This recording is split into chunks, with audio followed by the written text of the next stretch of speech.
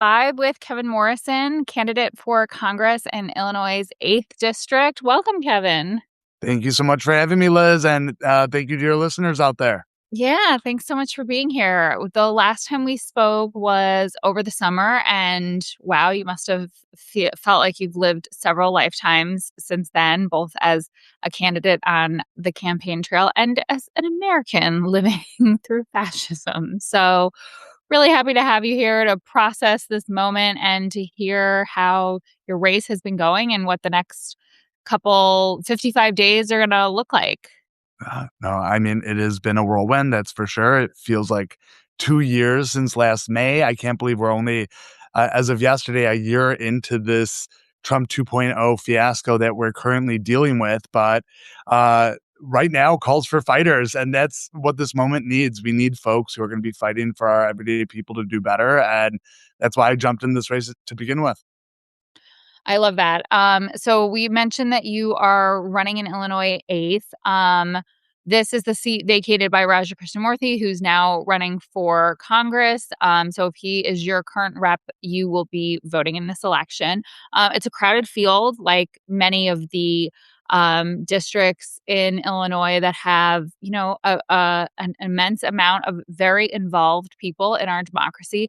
What are some of the key differentiators between you and your opponents in this race? Yeah, well, first and foremost, I'm Kevin Morrison. I've been a county commissioner now the last 7 years, representing 325,000 people in the second largest county in the nation. And I'm proud of the record I get to run on. But key differentiators are I'm from the district. I grew up in Elk Grove Village in the heart of the district. This is where I was raised. And these communities are so incredibly important to me. And I've been proud to create life-saving programs and programs that help grow the middle class and uplift families out of poverty and expand healthcare as a commissioner. And these are the same exact issues that our residents are wanting to see more movement on the national level. And so, in deciding whether or not to run, I was hearing from our residents that they felt like they did not have voices in the halls of Congress that adequately represented or were fighting for everyday people here on the ground. We've got too many self-interested folks in Congress already. We need people who lead with heart. And so for me, I have a track record of expanding voting rights at the county level, creating our brand new Department of Mental and Behavioral Health. I made reproductive health care a protected class for 5.2 million people. And then I created a nationally recognized one-stop shop to help aspiring entrepreneurs start new businesses. So I've already been able to demonstrate that I could get big things done. And that's why I jumped in this race. And right now we are up against 5 multimillionaires, and my residents are not asking for another multi-millionaire roaming the halls of Congress. They want someone who's grassroots and an actual fighter who's going to be fighting for them every day, not special interests. Yeah, absolutely. I think there's kind of an our attention is in the wrong places in our political system. So we pay a lot of attention to the top of the ticket races, our state and local elections, much less so. And it's sort of flipped in how that person's decisions impact your everyday life. I mean, obviously, the decisions of the Trump administration are wreaking havoc throughout our country. But when we talk about the policies and the legislation that is going to make the biggest difference in your community and in the things that happen every day, universal childcare, our healthcare system, that is impacted at such a local level. I wasn't really aware that I had a county commissioner until I started getting into politics and political content creation. I mean, I knew my state legislators, but I don't think people realize that they have a county commissioner, that our county commissioners here in Cook County oftentimes represent more constituents than some senators in this country, some United States senators, because the population of our area is so dense and you guys cover such a large portion of the county.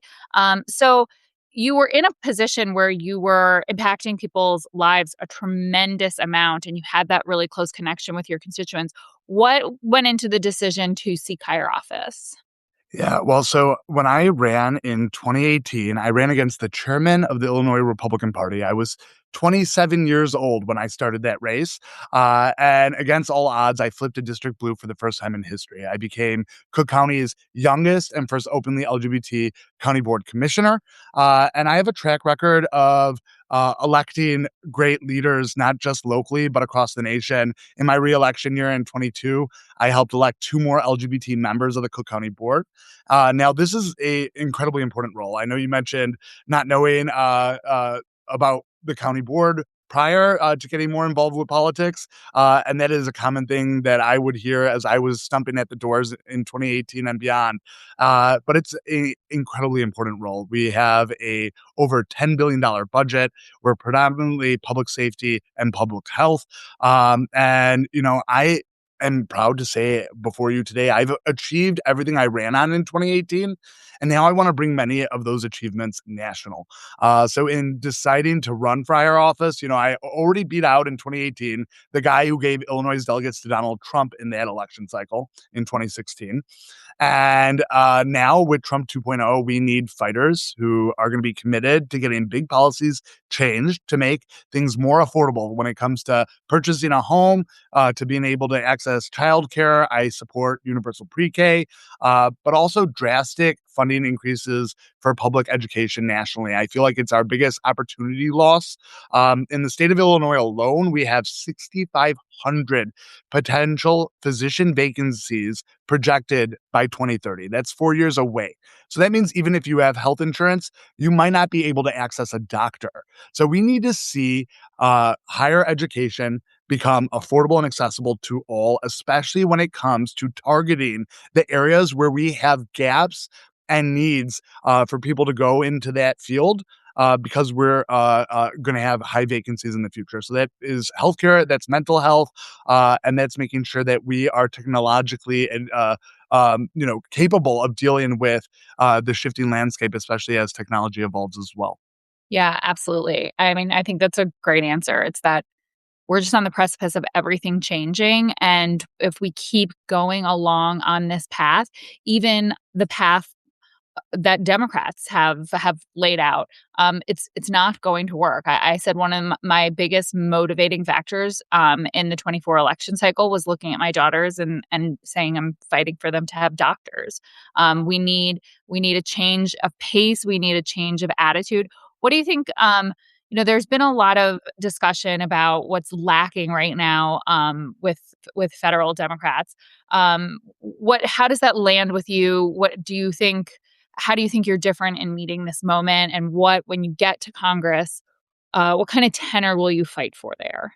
Yeah, well, I hear a lot from our residents that people are yearning for a new generation of leadership.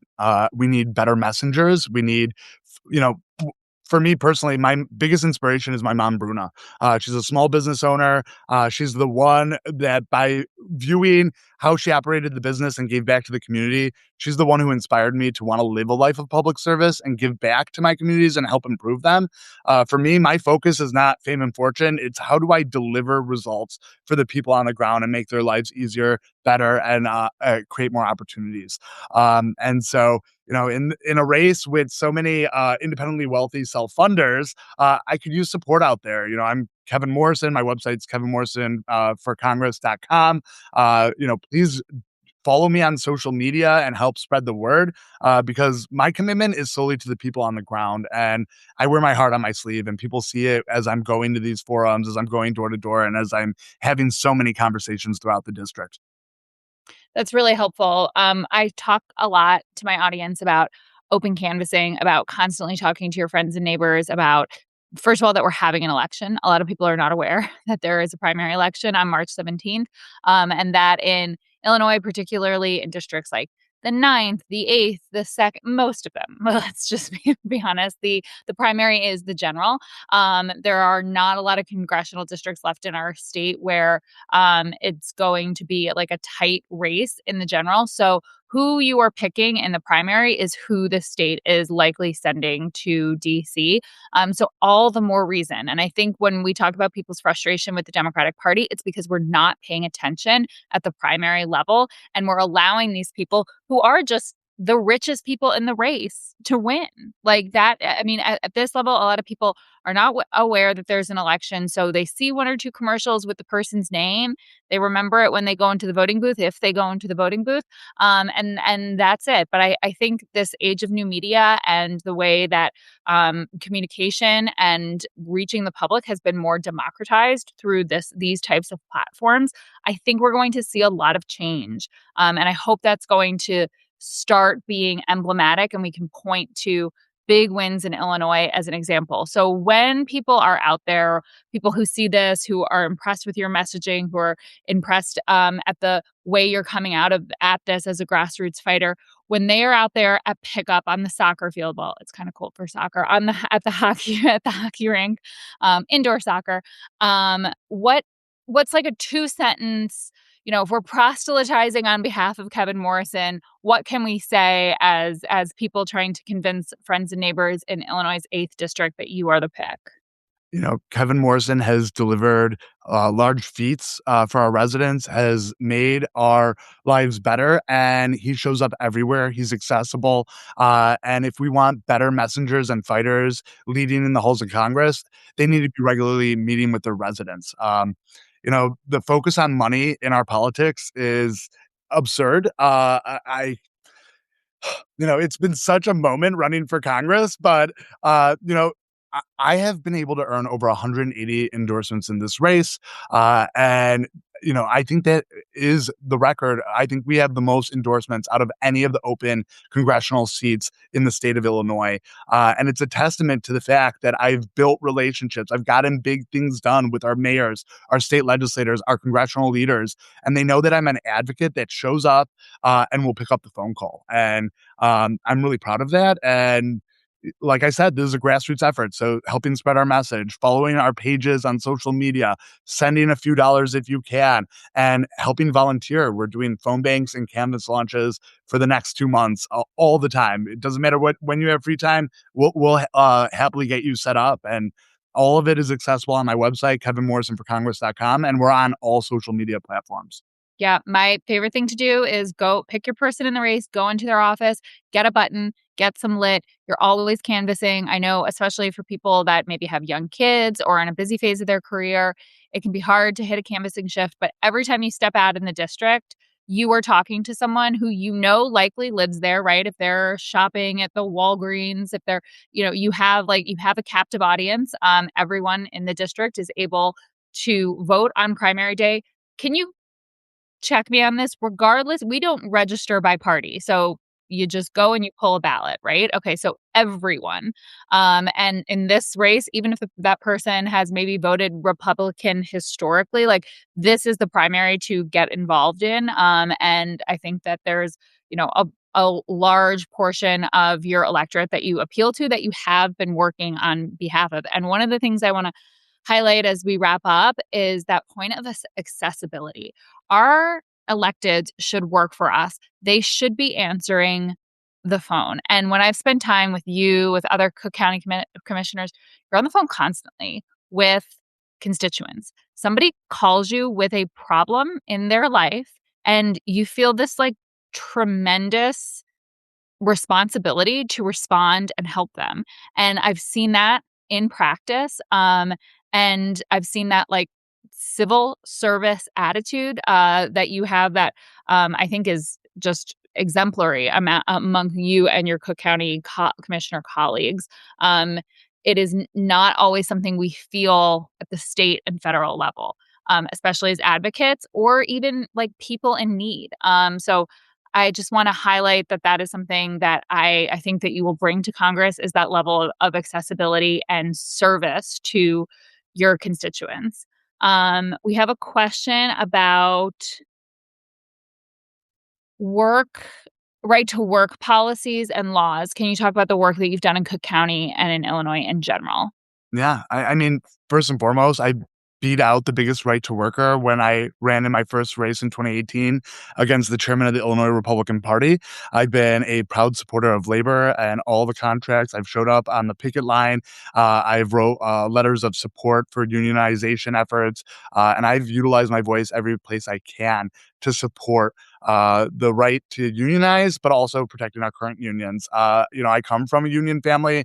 My fiance is a machinist. My dad was with IBEW. My grandfather was with Lathers. My uncle was a plasterer. Seeing federal policy finally reach the finish line that gets rid of right to work laws nationally is something I would support. I'd be a sponsor of the PRO Act, and I can't wait to be a fighter for our working families in the halls of Congress. This is a tremendous issue, and it's very important to me.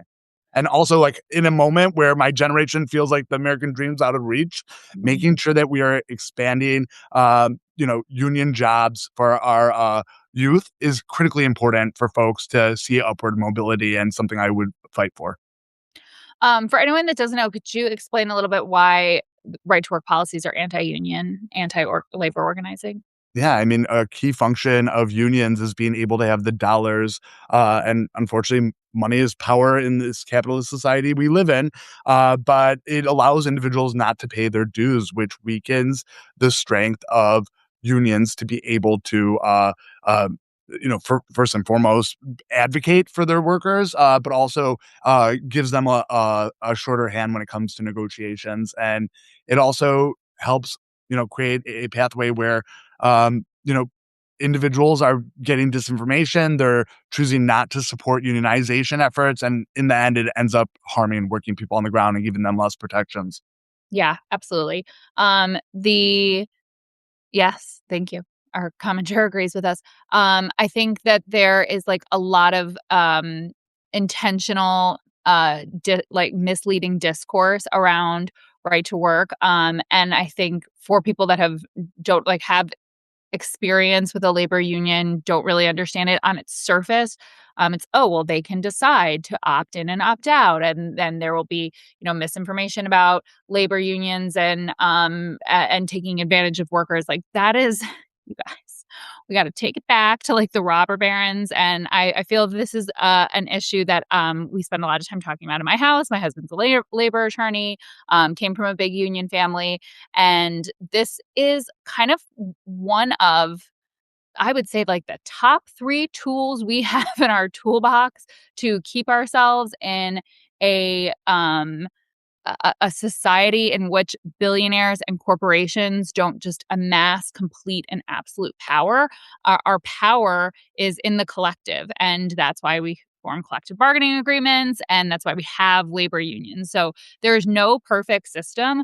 And we have to constantly be evolving with the way that our economy, the things that we're making, all those things we have to, and that is the job, by the way, of your elected officials, is to go in there and to make policy and write legislation that is reflective of where we are in our changing world. But kind of the undercurrent is that workers are stronger together. And policies that start to break that up are intentional in order to consolidate power in the hands of the wealthy, in the hands of corporations.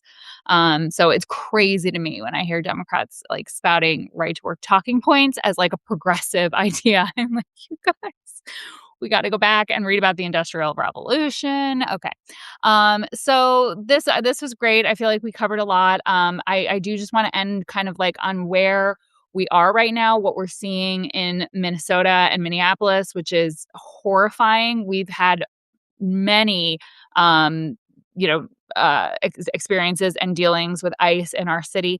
And the word on the street is they're coming back in the spring. So, as a commissioner, as somebody that's will be our rep elect in Illinois 8, what do you think we should be prepared to do? What do you want to see from your constituents and your fellow electeds? Yeah, I mean, we need to be brave and we need to continue showing up and organizing our communities.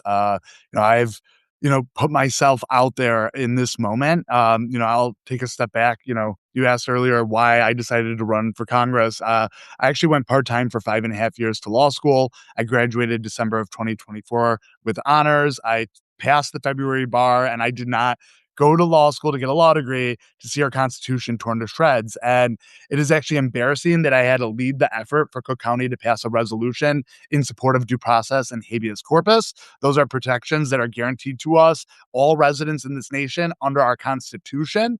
And that got sent to the president, the vice president, key members of the cabinet, leaders in Congress, and in the state legislature here in Illinois. And the fact that I have to give them a lesson on what our constitutional rights are is embarrassing. But I'm proud that I also sponsored a resolution calling for the unmasking, the identification, and forcing body-worn cameras on all ICE agents. I'm proud Cook County led the effort to get ICE off of county property, and I was the chief sponsor of a resolution calling on all of our statewide and local bodies of government to do the same and make sure that ICE can't operate on their own properties as well. And I've been, showing up at villages who have not taken that step to advocate that they also join their neighboring municipalities, the county, in making sure that their properties can't be used for these illegal actions. But how do we prepare? Whistles started here in Illinois and now have gone national as a way of notifying the community around you that ICE is in the vicinity, making sure that you can join a rapid response team. But it's also important to know what the laws are, right? To know what distance you need to stay away. You could utilize cameras while you're witnessing ICE action. But knowing our rights and being able to share that with individuals who might be being abused by ICE in the streets is crucially important. And that video evidence is also really important. We, saw it in Minneapolis, which is just heartbreaking. The numerous vigils that occurred in the 8th Congressional District were literally district wide.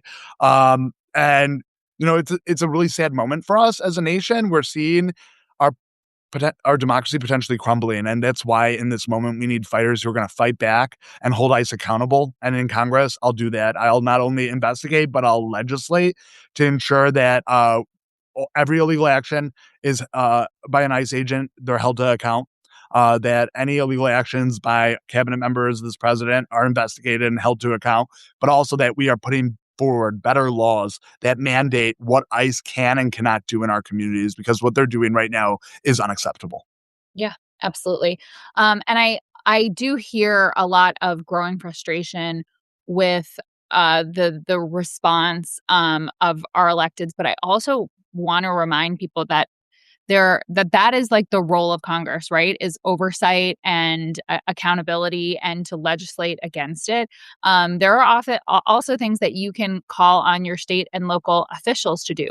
One of the things is we can be calling on our governor to soft secede. New Jersey's governor has said that she's interested, which means we're going to stop sending money to the federal government. As much as it feels like good and powerful to just say, we need you to do XYZ, we need you to defund ICE. That bill passed. Like ICE is funded to the tune of, I think, $10 billion through 2029.